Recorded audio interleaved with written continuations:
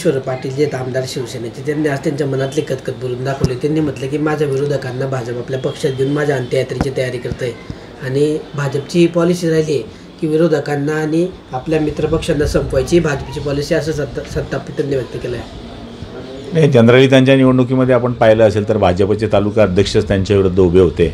हे पूर्ण महाराष्ट्राने आणि जळगाव जिल्ह्याने पाहिलं आहे आणि आज आपण जर पाहिलं असेल त्याच माणसाला पुन्हा भाजपमध्ये प्रवेश दिलेला आहे। त्याच्यानंतर जे विरोधात दिलीप वाघ होते त्यांना प्रवेश दिला आहे, मुभाटाच्या त्यांच्या सख्या बहीण होत्या त्यांनाही प्रवेश दिला आहे, प्रताप हरी म्हणून जे शिवसेनेमध्ये होते त्यांना भाजपमध्ये प्रवेश दिला आहे।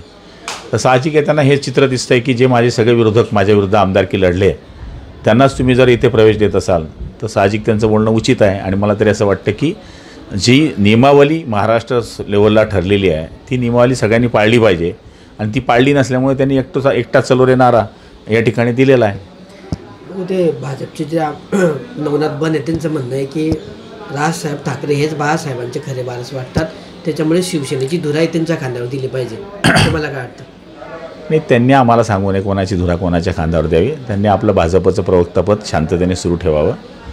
शिवसेनेची धुरा देण्याकरता एकनाथ शिंदे हे आमचे मजबूत आहे आणि ते काम करतील। राज्यात मतदार यादीमध्ये जो गोळ झाला आहे त्याच्यावरून राज ठाकरे म्हणतात की मी ह्या गोळ दूर करा नाही तर मी निवडणुका होऊ देणार नाही असं बोलले राज ठाकरे। घोळ झाला असेल तर दुरुस्त केला पाहिजे ही सगळ्यांची इच्छा आहे, पण विनाकारण त्याचा भांडवल कोणी करू नये अशी अपेक्षा।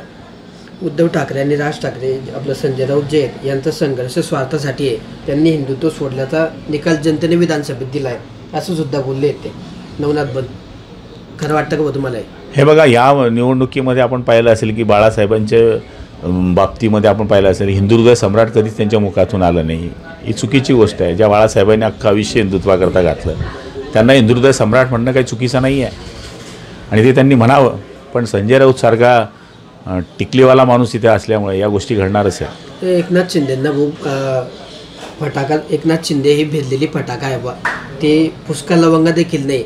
उद्धव ठाकरेंची ताकद जोपर्यंत त्यांच्यासोबत होती तोपर्यंतच ते फटाके त्यांचे एकनाथ शिंदेचे वाद होते असं संजय राऊत म्हणत आहे। इथे फुसकी टिकली येणार आहोत, चलो टिकली।